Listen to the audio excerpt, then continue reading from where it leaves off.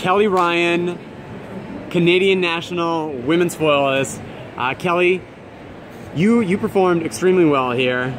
You also had a great result, which was winning the Div 1 foil event over a very strong competitor. Tell us about that bout in particular.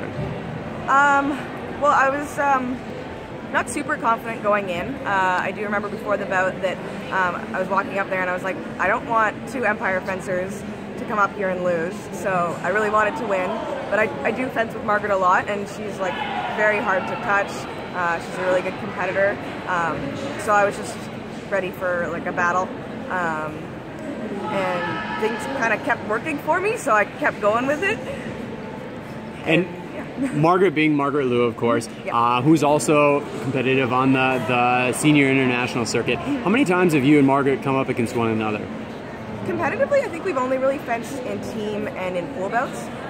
We train together a lot, though. A lot of the girls in the New York area meet up, and we fence a lot. So I have experience fencing her. And with that, Margeret used to be an Empire United student. Yep. Now, how long have you been at Empire, kind of with them as your club?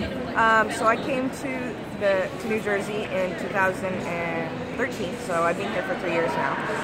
So I've been an Empire United fencer for 3 years. So with that training under Sean McLean, I assume? And my fiance, Alex. Okay. What kind of similarities did you see between your fencing and Margaret's, where she kind of has those roots, but now heavily Aladar Kogler influences? I don't know if we have a lot of similarities, to be honest. She likes to put up a lot of traps and stuff, and we incorporate that into our training. I think that she was kind of working with Sean in maybe a different period though, when he had like a different approach. So she really likes to work the attack and preparation. It's not really like a strength of mine. We both can counterattack pretty well. Although actually in that bout there was a very low amount of counterattacks. So going into the bout then, you mentioned your anxiety. What was it about that bout in particular that kind of brought that anxiety to you, apart from the whole Empire thing? Well, I mean, there's a lot of people watching, and I didn't have a lot of confidence that I could win the bout. And I was worried that, it would be really hard to hit her, and it just wouldn't be a really good bout. But it ended up being an amazing bout. Both of us fenced really well, so I think we gave the crowd a really good show, so I was really proud of that and excited by that. Speaking of the anticipated difficulty to hit her, your final touch, or the second to last touch, was remarkable. Yep, that was pretty sweet. There was only one target to hit, and you nailed it. Yeah. How did you set that up?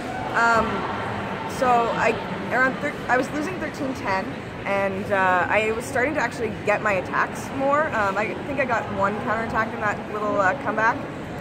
So I was starting to feel a little bit better going forward. It was 14-13, and Alex was coaching me, and he told me to kind of come forward with a circular motion. He showed me what to do, and to be honest, I don't usually hit that when we train together. So I was like, well, I'm gonna go down doing what I'm told to do, and then the green light came on, and I was like, oh, all right, that worked. And that's a great example of complete trust in one's coach. Yeah, no, I felt it was pretty cool. And then at 14-14, Alex was like, all right, you're going forward. And I don't think I did what he imagined, but I hit the target and green light was on.